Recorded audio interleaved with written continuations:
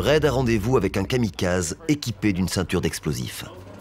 Pour progresser, les policiers peuvent faire le choix entre différentes armes. Ils peuvent utiliser des AR-15 Assault Rifle ou des armes de poing.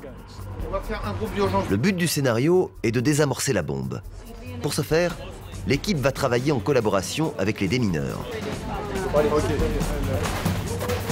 Arrivés sur les lieux, les policiers vont découvrir de nombreux blessés. C'est reçu, les gars. On fixe, on se calme. Le kamikaze est gardé à distance. C'est un robot équipé de caméras et de bras articulés qui va au contact.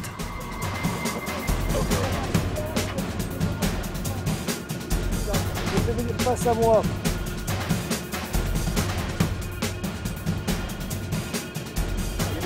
Sous la protection de Sniper, un agent de la bombe squad s'approche du kamikaze pour lui défaire la ceinture. Le robot, muni d'un bras armé, détruit les explosifs. L'individu peut être pris en charge par les policiers en toute sécurité. C'est un scénario, en fait, à mon avis, qui a de l'avenir.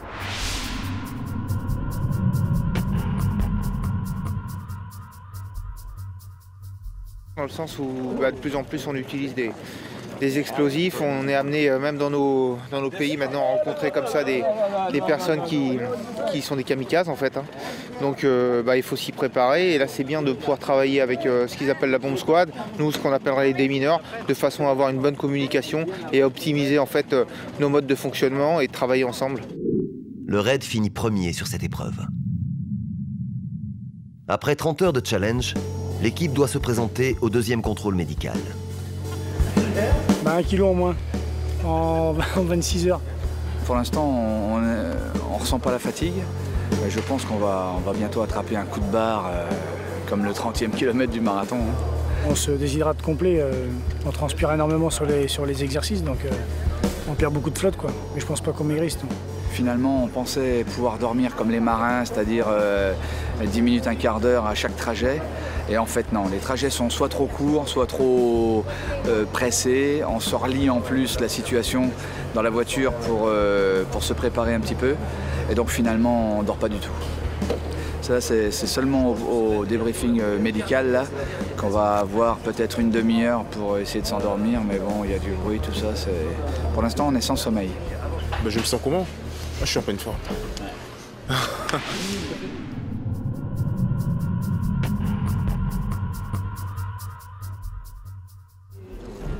Les médecins valident la poursuite du challenge.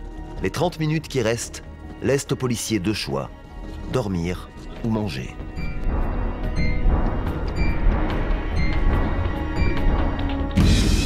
Le 17e scénario est une prise d'otage dans un avion. Le chef du raid présente l'exercice. Qui est prise en otage se trouve à peu près 200 mètres de là où nous nous trouvons actuellement, du poste de commande. On a également à notre disposition un sniper qui voit à l'intérieur du cockpit de l'avion. En plein briefing, un cri retentit dans le hangar. Immédiatement, les policiers réagissent.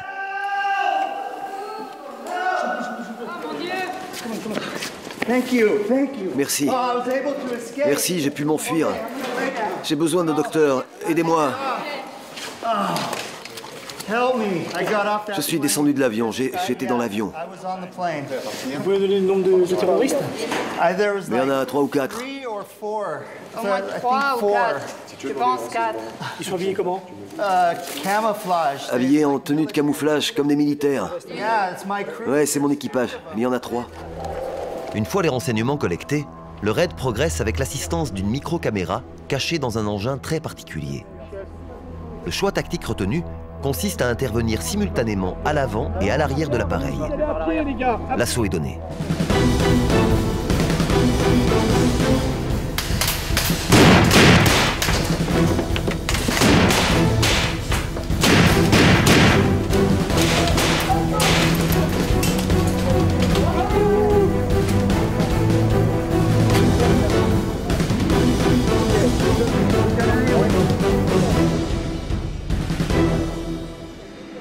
Fin de l'exercice, retour dans le hangar pour le débriefing. This way, please.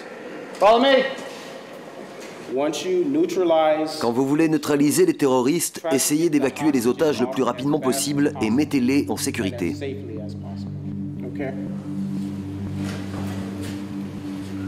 I think they have some observation about just one thing. Le RAID est habitué à intervenir sur tout type d'avion. Malgré cela, il semble que l'évaluateur ne soit pas convaincu par la prestation. Les remarques ne changent rien, le résultat tombe. Sur l'exercice, ils sont 24e sur 27. Au général, le RAID passe de la 3e place à la 9e. Mais le plus important n'est peut-être pas là. Le plus intéressant, c'est la multiplicité et la durée. En ce moment, la 30e heure, on rentre dans une zone qui est pour nous un peu une zone noire, dans laquelle je vais regarder mes hommes, leur manière de réagir et leur capacité de discernement. C'est très injuste la fatigue. Il y en a qui passeront les 50 heures sans même s'en rendre compte, et puis il y en a qui vont vraiment prendre sur eux. Et c'est intéressant de se juger, d'aller jusqu'à ses limites pour voir qu'est-ce qu'on peut demander à un organisme dans des situations de paroxysme comme celle-ci. C'est ça qui m'intéresse vraiment.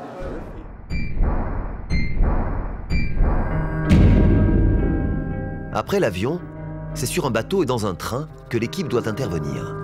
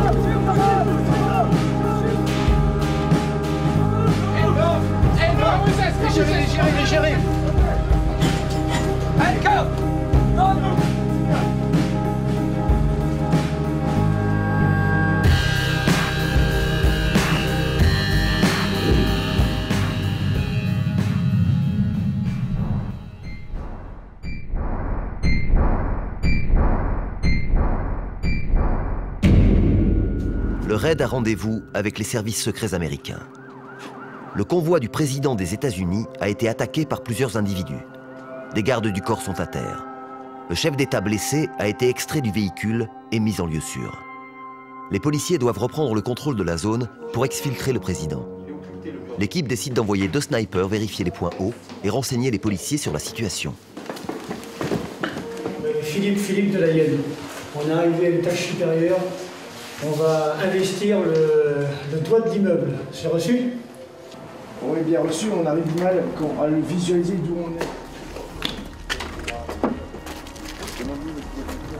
Les 2 policiers ont rapidement repéré un sniper positionné sur le même toit.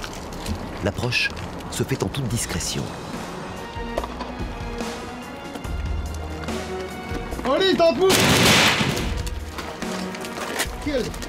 Philippe de la Yenne, un sniper neutralisé. Un sniper neutralisé.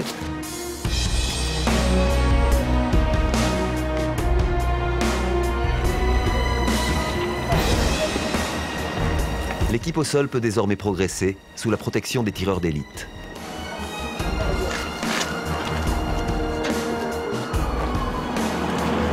Voilà Yann, moi je fais toute la partie droite et je fais surtout notre protec pour être sûr qu'il n'y ait pas un contre-sniper qui vienne se positionner en face de nous, reçu? 2 policiers tués, 2 policiers tués.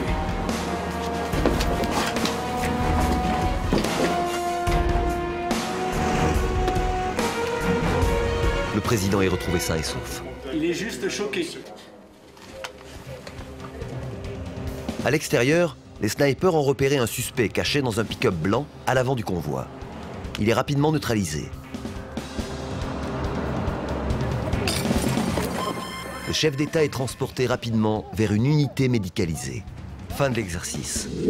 Le RAID réalise le meilleur score et remonte à la 6e place.